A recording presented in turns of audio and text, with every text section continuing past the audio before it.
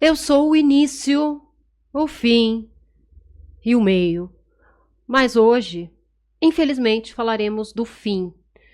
Do fim da matéria, do corpo físico, mas não da alma, do talento e do legado que Raul Seixas nos deixou.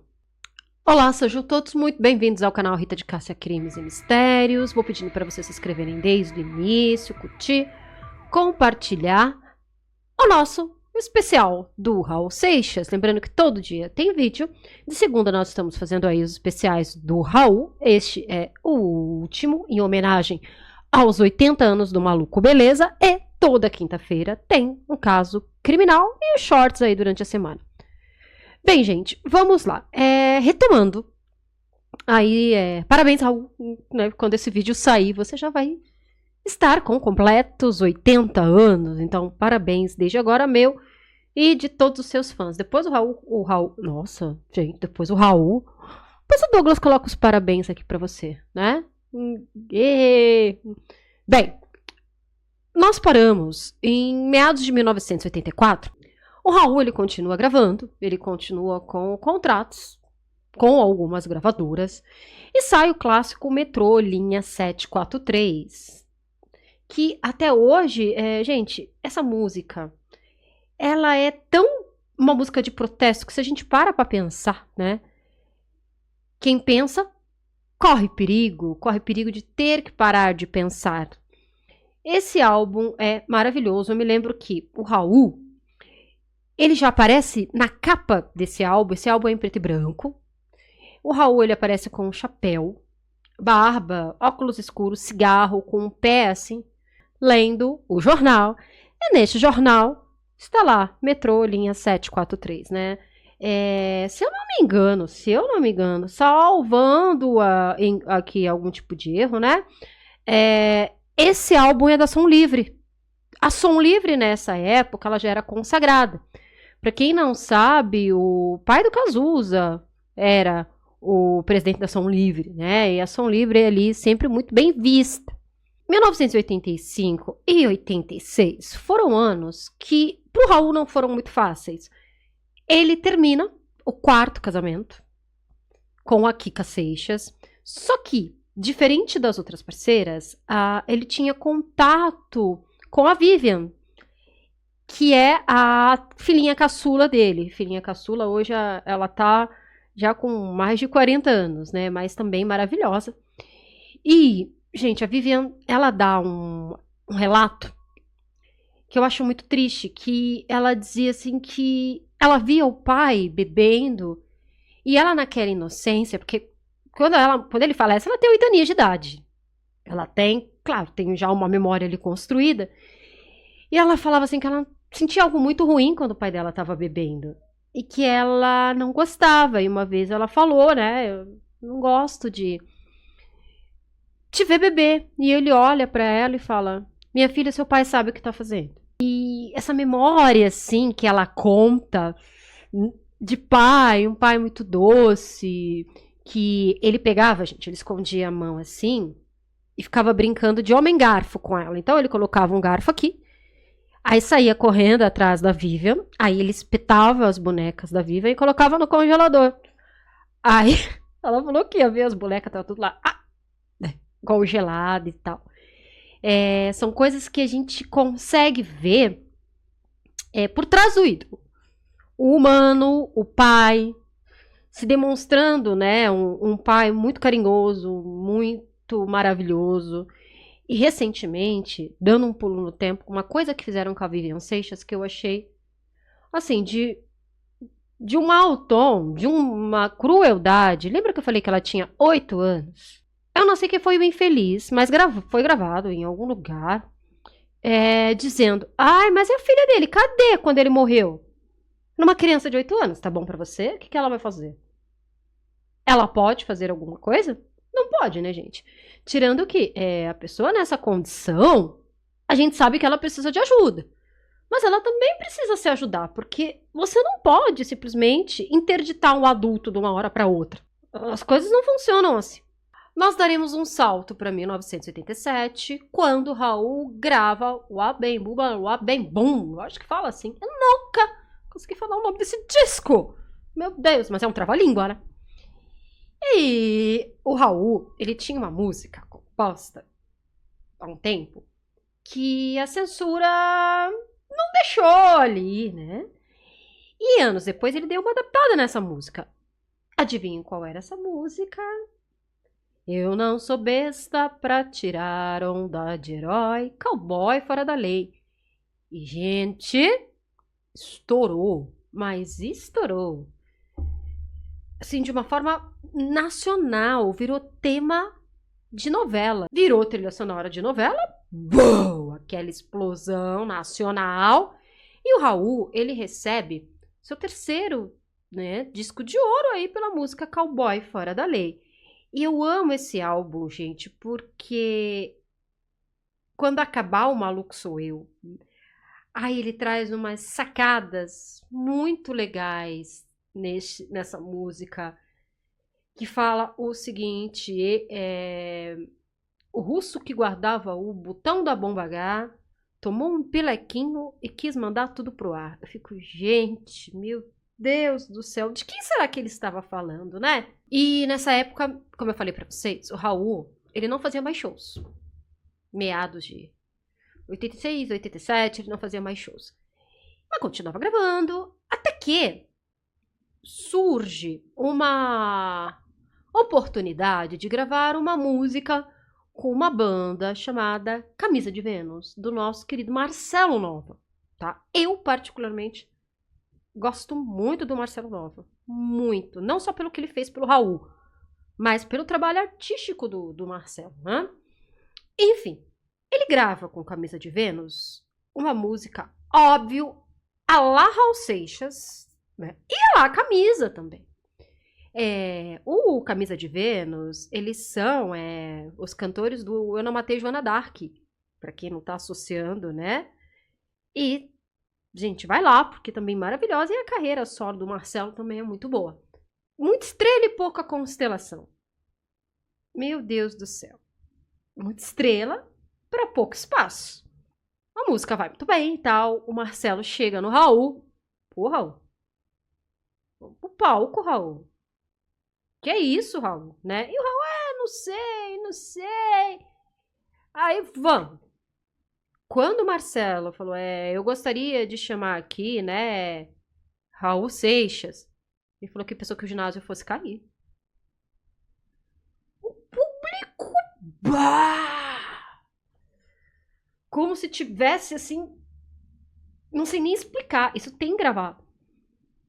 Aí que o Raul começou oba, tenho que voltar.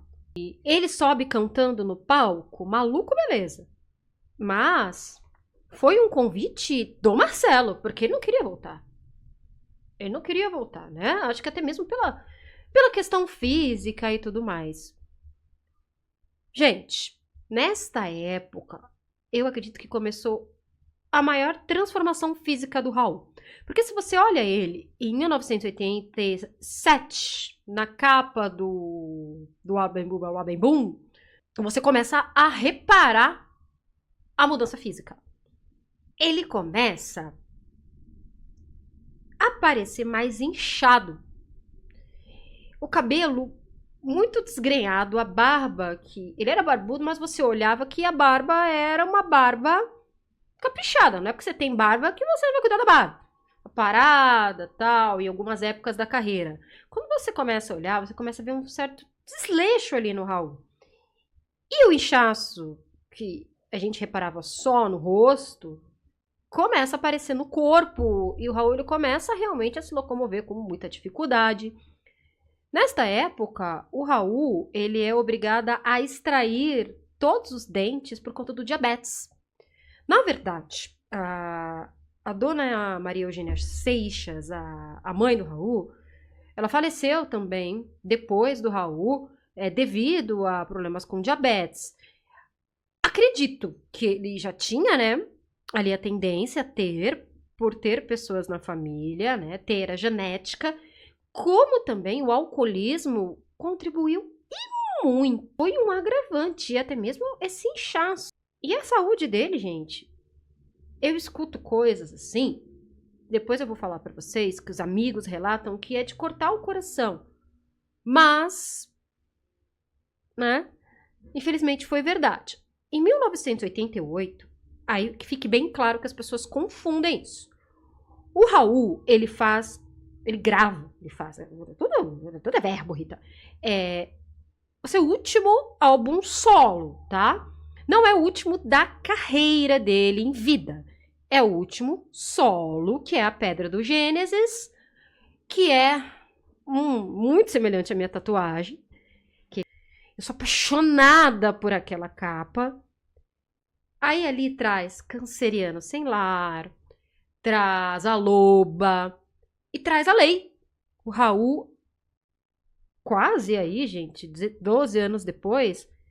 Não, peraí, 88, 14 anos depois que Guita e Sociedade Alternativa vem, mais ou menos nessa época, ele vai lá, a lei, todo homem tem direito de amar a quem quiser, todo homem tem direito de viver como quiser, todo homem tem direito de morrer quando quiser.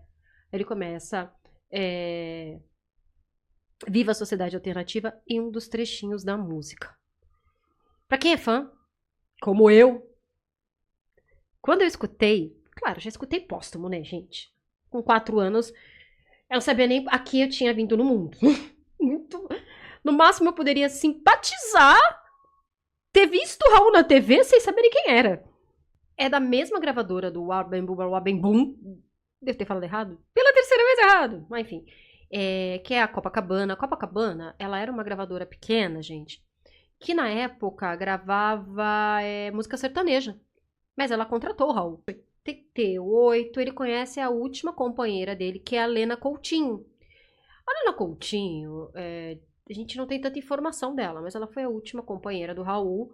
E ela permaneceu ali um tempo não tão longo perto das outras companheiras, né? Era uma moça de Salvador, teve esse relacionamento aí com o Raul, sem filhos, pro fatídico ano de 1989. Raul, muito debilitado, muito debilitado.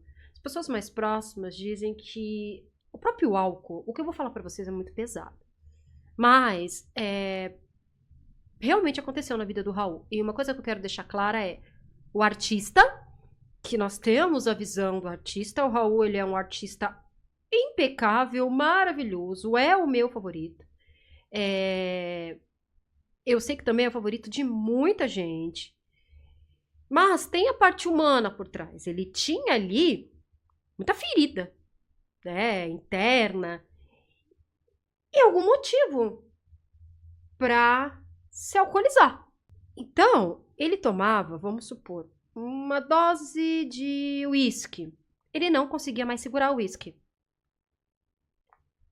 Ele botava o uísque pra fora. E as pessoas que viviam com ele naquela época diziam que era muito triste, porque ele ia até a bebida ficar.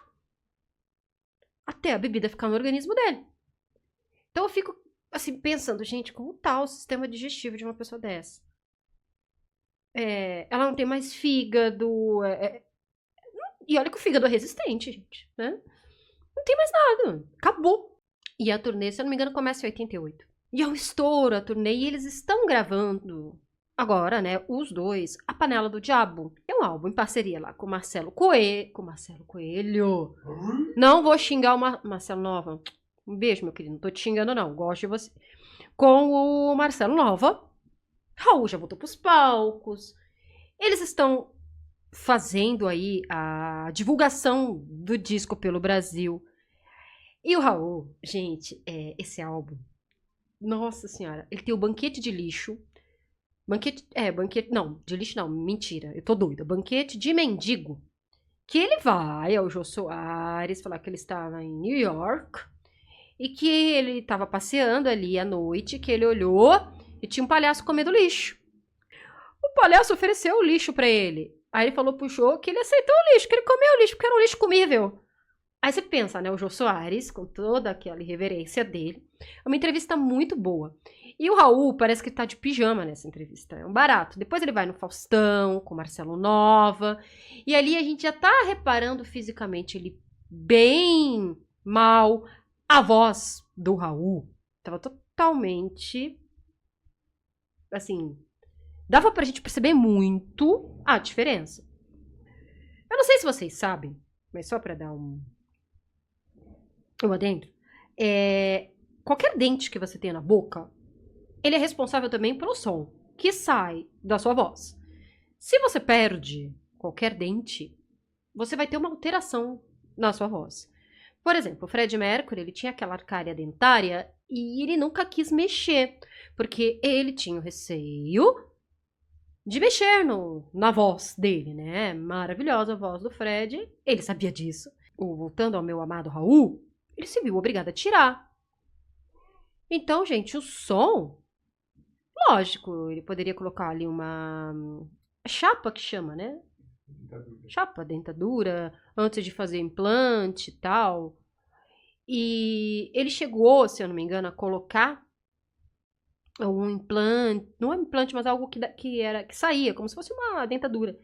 E o dentista que cuidou dele falou que olhou pro Raul e falou, nossa, é como se tivesse devolvido a autoestima dele, porque ele viu o Raul feliz, tudo, e realmente, gente. Mas a voz dele, claro, ficou um pouco diferente por conta da ausência dos dentes, mas não só por isso. Você pega, por exemplo, o Robbie Halford, que eu tava vendo com o Douglas agora há pouco. A voz dele é maravilhosa, mas foi tanta coisa que a voz dele não é mais tão maravilhosa. Continua sendo maravilhosa, é óbvio. Nasceu pra isso. Mas a voz também exige cuidados. Mas dependendo do Robbie Halford. Sim. A voz dele chegou no estado bem pior antes. Bem pior.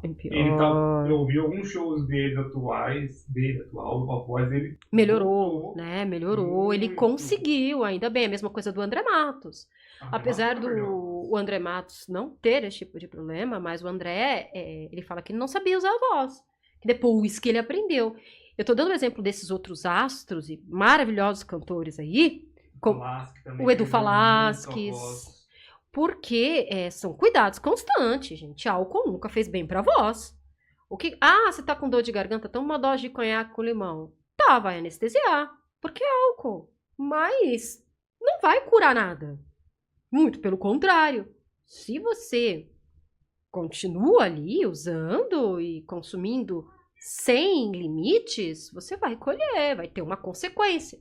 No dia 19 de agosto de 1989, Raul está fazendo a sua turnê com Marcelo Nova. E adivinha quem ele chama para cantar no palco Sociedade Alternativa? Vocês têm 3 chances de acertar. Quem ele chamou, meu querido marido? Cazuza. Antes fosse. Paulo Coelho. Gente, não tô falando mal do Paulo. E pra mim, ele convidar o Paulo Coelho, que estava ali, né? Pra cantar com ele a Sociedade Alternativa, poxa vida, foi uma demonstração de respeito e de carinho. Vamos parar pra conversar. E pra quem tava ali, memorizar aquele momento, que os dois, né, a gente querendo, não. Os dois juntos eram geniais. O Raul, eu sou fã, né, gente? Eu não vou falar que o Raul é mais genial, porque vocês sabem que são. Vocês sabem que são. Ó, até troquei as palavras. Ai, meu Deus. Vocês sabem que é. O Raul, ele é fora do comum. Ele é um gênio da música, sim. Foi muito bacana. O Paulo, ele já tinha ali algumas obras escritas, já estava se consagrando ali como escritor e tal. Já tinha feito o Caminho de Santiago, se eu não me engano. Estava mais calmo. Raul chama o Paulo. O Paulo sobe ao palco e canta uma Sociedade Alternativa. Gente, quem tava lá vendo? Nossa Senhora, você pensa a emoção. Enfim, termina o show. Os dois vão almoçar, vão jantar em algum lugar. De uma das biografias aí do Raul, póstumas, né? Ele fala que o Raul olhou assim meio pra ele e falou, nada mais Paulette. Que ele chamava o Paulo Coelho de Dom Paulette, de Paulette. E o Paulo, naquele momento, ele pensou, poxa, deve estar se tratando aí da nossa parceria, tal, né, canceriano. E o Paulo falou que deixou aquilo, numa boa. No dia 21 do dia 20 pro dia 21, na verdade, ia ter um eclipse que raramente passa aqui pela Terra, chamado eclipse PP. Ia cair numa segunda-feira.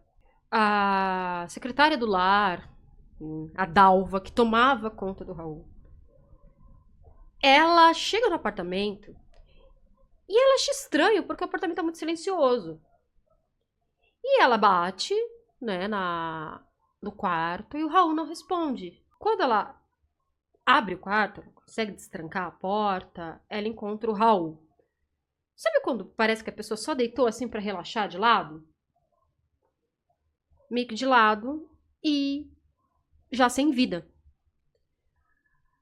Ela fica atônita, mas ela já pega o telefone. A primeira pessoa que ela liga é o Marcelo Nova.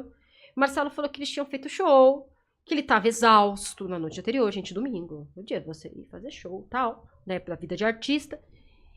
E ele tava dormindo, pô, né? E o Raul morava aqui na Frei Caneca. Falou, oi? A Dalva falou, olha, o Raul não tá respirando. Marcelo, oi, quê? Hã?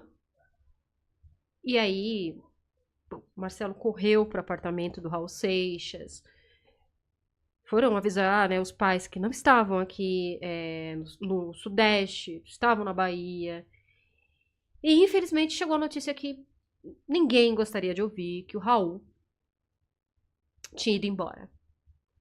Carnalmente, ele nos deixou dia 21 de agosto de 1989.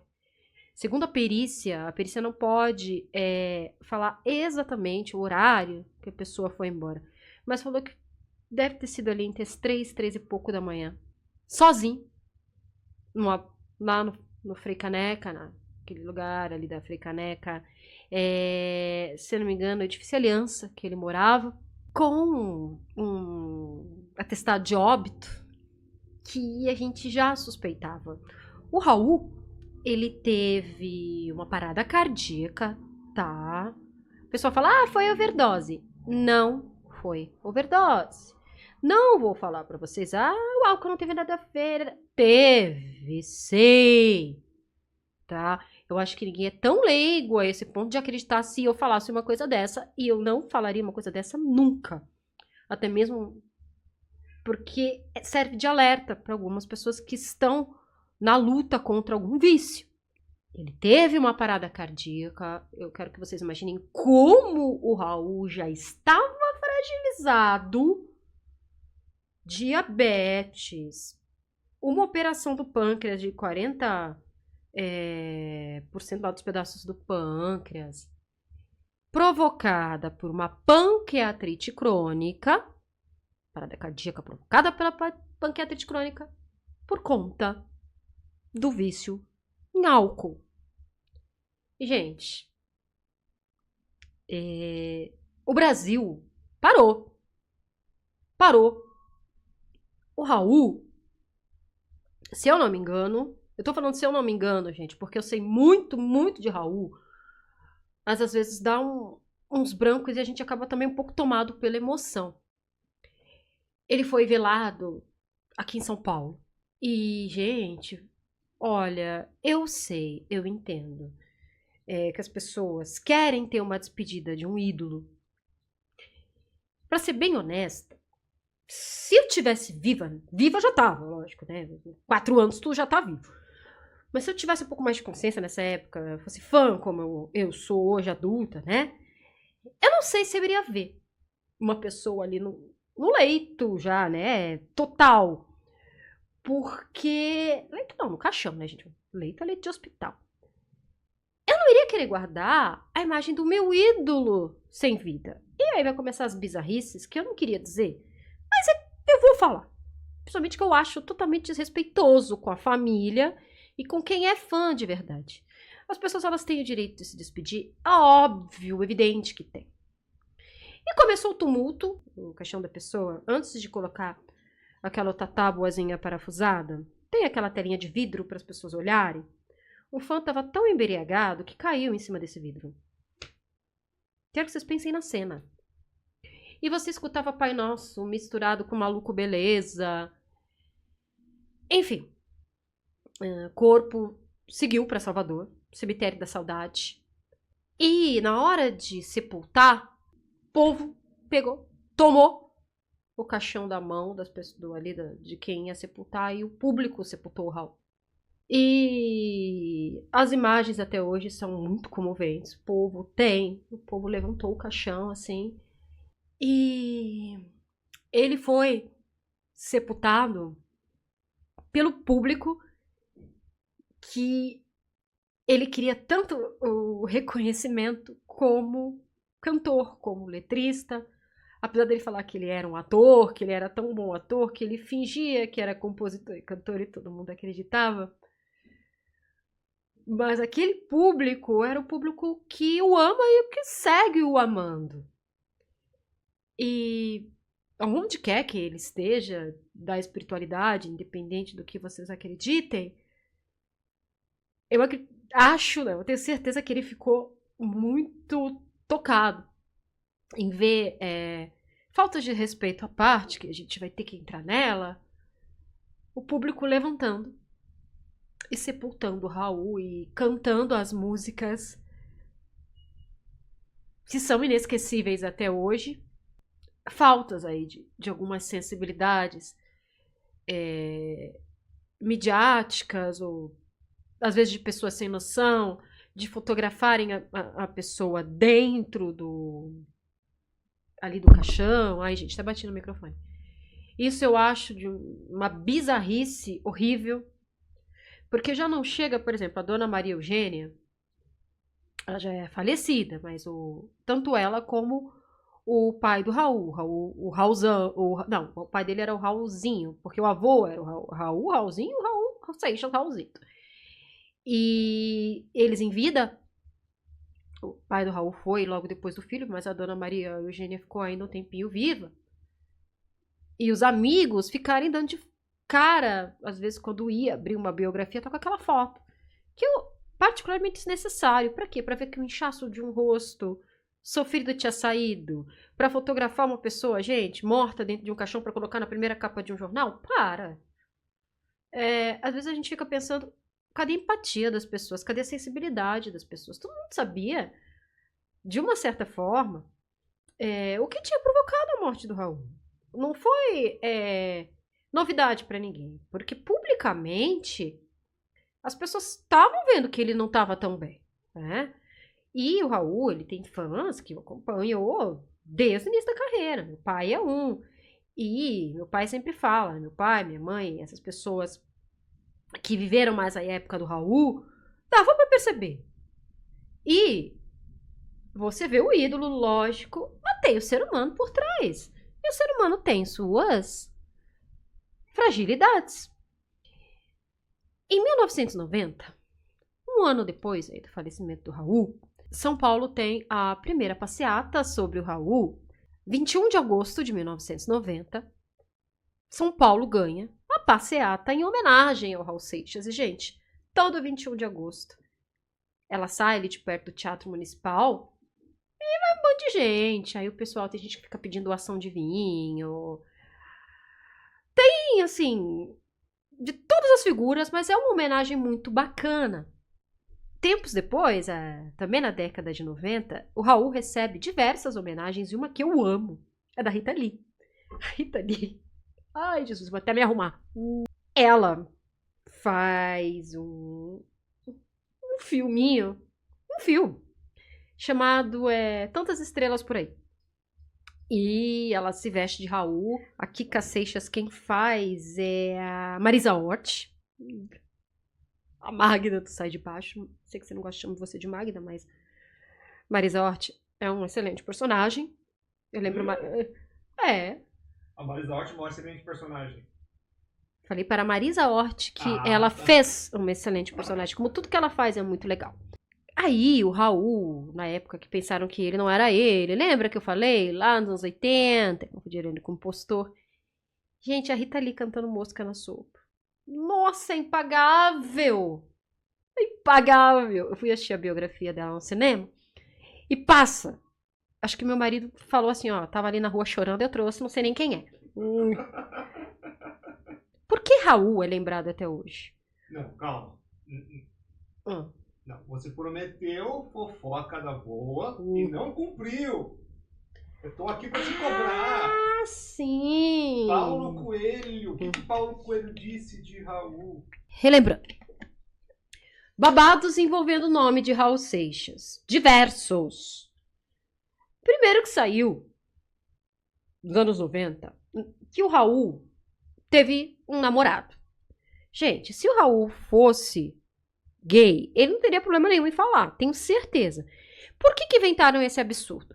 Lembra da Sociedade da Ordem Cavernista? Tinha o Edi Star. E como o Raul era amigo do Edi Star, inventaram essa besteira. Tanto que o Edi, ele veio num livro do Tio do Gama, que o Tio do Gama, ele é um dos Raulzitos e os Panteras, que o Tio também já faleceu, e pra mim, a biografia do Tio do Gama sobre o Raul é a melhor que tem. E ele fala, o Raul nunca foi gay, gente. Nunca, muito pelo contrário, gostava de mulher até demais. E se fosse também, quem ia querer saber? O Raul, isso você não ia mover nenhum milímetro o talento, nem o caráter, né? Como não move, você é o que você é.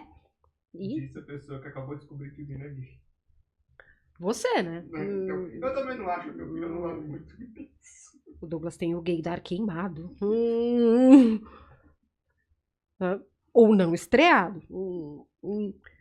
Mas enfim, tem absurdo pra tudo. Depois. Ai, gente, depois me vem o Ed Mota falando mal do Raul. Aí, em eras de internet, do falecido Twitter, que hoje é X, eu acho que mais um pouco o povo pega uma passagem, vai lá pros States catar o Ed Mota na porrada. Ele foi falar mal de Raul. Falar que o Raul não tinha talento, que o Raul isso, que o Raul aquilo. Não sei se eu toco pandeiro pro doido sambar ou se eu quebro o pandeiro na cara do doido, que às vezes dá vontade. E ele só não falou uma vez. Vai ter uma segunda vez. Voltando. Minha gata nos interrompeu. Até a Piaf fica revoltada. Gente, olha, eu acredito que o Ed Mota cante bem, tudo.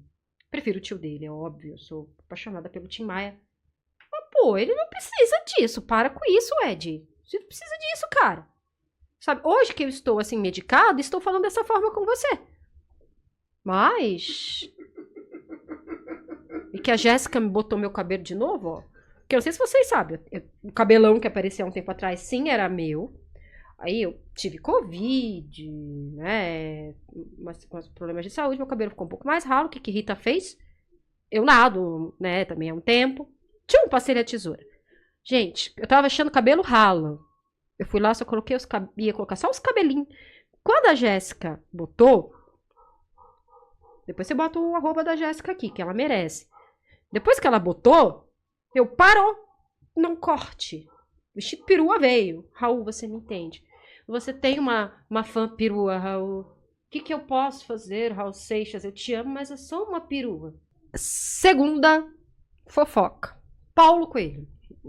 Lá vem o gol! Assim, não corta essas partes, tá? Do cabelo e de tudo mais, porque eu estou tentando desabafar com o meu público. Acho que a maior raiva que eu tenho da música. E ó, que eu sou uma mulher que gosto de música, meu marido e minha filha estão aqui de testemunhas. Gente, como é que eu vou falar isso sem ser ofensiva com os fãs de Paulo? Eu quero que vocês me entendam. O Paulo, ele era totalmente desconhecido. O Raul Seixas, que leu o artigo dele sobre o disco voador, o convidou para fazer música e os dois estouraram juntos. Ah, mas o Paulo precisou naquele momento. Isso aí é inegável, não tá em pauta. Pro Paulo Coelho, com o Raul, não mais aqui nesse planeta, em matéria, como você, eu e tal. O Paulo Coelho teve a cara de pau de falar que foi o Raul que entregou ele para a ditadura militar. Porra! Para! Aquilo, gente, ó, eu tenho que me polir, mas depois, é lógico que ele volta a público dizendo que não foi bem assim. Meu Deus! Que isso? Aí ele nega. Veja bem, né? Cuidado, pra que falar isso? E olha, o que o Raul ganharia com isso? Me conta. Realmente, ambos, a ditadura não gostava de ambos, tá? Mas a ditadura estava muito mais de olho no Paulo, que era do Partido Comunista. Olá! A Rita, ela. Não acredita em mim. Ela, quando antes a gente começou a namorar, a gente falava mal dos livros do Paulo Coelho. A gente falava menos até. A gente falava mal do Paulo Coelho pra ela, porque o Paulo Coelho é mal visto na literatura, tá? Gostem ou não do Paulo Coelho, mas na questão da literatura clássica, por vários motivos, mas a gente não vai tocar muito. Os memes da Nazaré. E aí, quando a gente falava e discutia esse tipo de coisas, pra quem é da academia sabe o que a gente discute lá sobre Paulo Coelho, a Rita defendia ele, falava que ele era um bom compositor, o Caramba 4. Depois que ele falou essa besteira do Raul, ela falou, vá pra puta que tipo. Meus alunos queridos que estão vendo esse vídeo, perdoem a teacher Rita. I'm sorry, je suis désolé. Perdona-me pela pancada de palavras de baixo calão que estão saindo aqui, mas tá difícil. YouTube não me derruba. Te amo, YouTube. Mas, gente, é verdade. E a pessoa não tem nem mais aqui pra se defender. Aí é claro que o público veio à tona, tá? Enfim, aí ele teve que desmentir. Aí me vem recentemente o Ed Mota também falando besteira de novo do Raul. Porque o Raul, ele era muito isso, e não era tudo o que vocês pensam. Não é que eu tenha um ídolo de estimação, não é isso. Eu gosto muito do Raul, até mesmo porque era um humano. Tá? Você gostar de algo semideus? Não. E, gente, mas por que toda essa cisma com o Raul Seixas? Porque ele foi e é um artista lembrado até hoje. Eu quero que vocês me digam quantas músicas que vocês escutaram de 10 anos pra cá que viraram hit, que permanecem firmes. Músicas que não te façam pensar. Músicas vazias. Não que toda música precise ser, ai meu Deus, um livro de filosofia, não. Mas aí me fala. Raul é eterno. E, gente, 1989 ele faleceu, fazia 36 anos. 36 anos. E eu tenho um aluno de 12 anos que gosta de Raul Seixas. Que conhece música de Raul Seixas. O meu pai me apresentou e eu gostei. A minha favorita é essa. É uma grandiosidade. O fã-clube, o Raul Rock Club, se mantém até hoje. Você tem a passeata do Raul até hoje, os 80 anos agora do Raul, de vida. Foi um estouro, gente. E informações aí também sobre os 80 anos de morte. De morte não, gente, perdão, de vida do Raul. Está tendo a série na Globoplay. Eu sou. Lógico, tirei do Guita. Depois eu vou fazer um comentário, né? Um vídeo só sobre a série.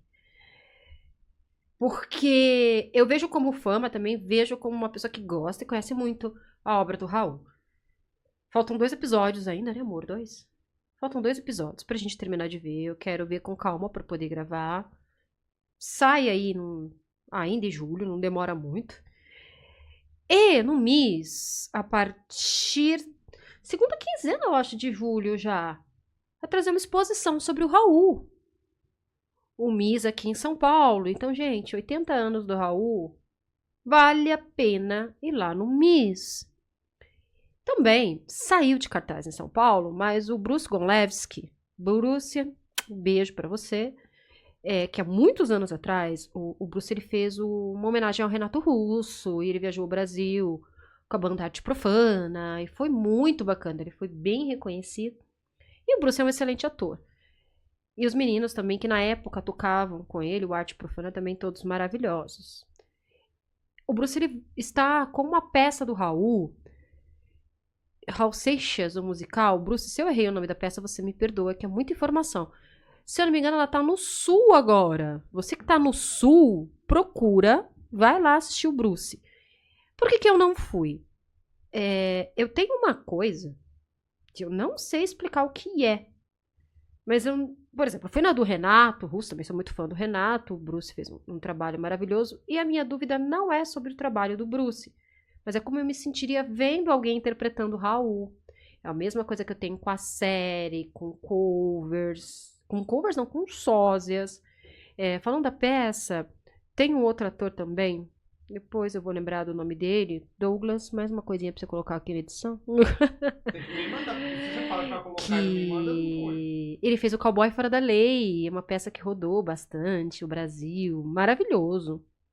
Mas eu tenho essa trava. Eu não sei, gente, não estou desvalorizando o trabalho dos artistas. O Bruce, eu acho ele maravilhoso. O outro ator também.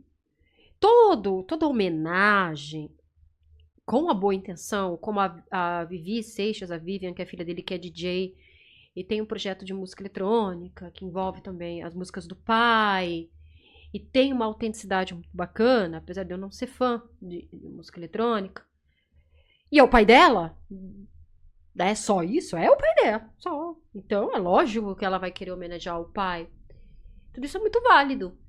E a Vivi, ela tem o talento dela também, a Paty, porque é filha do Raul. Sim, é filha do Raul e pegou o talento, tanto do pai como da mãe, que a mãe também é outra maravilhosa, Kika Seixas. Uma mulher inteligentíssima, uma coisa que dá muito orgulho é que Raul sempre gostou de gente inteligente. Né? Enfim, por que será que o legado vive até hoje, com esse bando de informações que eu dei pra vocês sobre Raul Seixas? Eu não sei se vocês perceberam, mas Raul é o meu favorito. Não sei quanto tempo eu tô falando, Jesus Cristo. Bem, fica aqui o final dessa trilogia em homenagem ao eterno Maluco Beleza. Espero que vocês tenham gostado, como eu gostei, como eu me emocionei. Eu acho que vocês perceberam que em alguns momentos eu mantenha a classe, não cai, é Raul Seixas, Rita, faz bonito. Mas eu trouxe com muito carinho, o canal, eu gosto de trazer coisas variadas, eu gosto de true crime, óbvio. Meu canal leva o nome Rita de Cássia, Crimes e Mistérios. Inclusive, se inscreva. Não é à toa. Se inscreve, compartilha e curte. Já aproveitando para dar o recado 100%, né? Não é à toa, mas eu não poderia deixar de homenagear meu maior ídolo, Raul Seixas. E eu que não me sento no trono de um apartamento com a boca escancarada, cheia de dentes, esperando a morte chegar. Porque longe das cercas embandeiradas que separam quintais, como e calmo do meu olho que vê assenta a sombra sonora de um disco voador. Tive até um miau. Beijos. Até a próxima.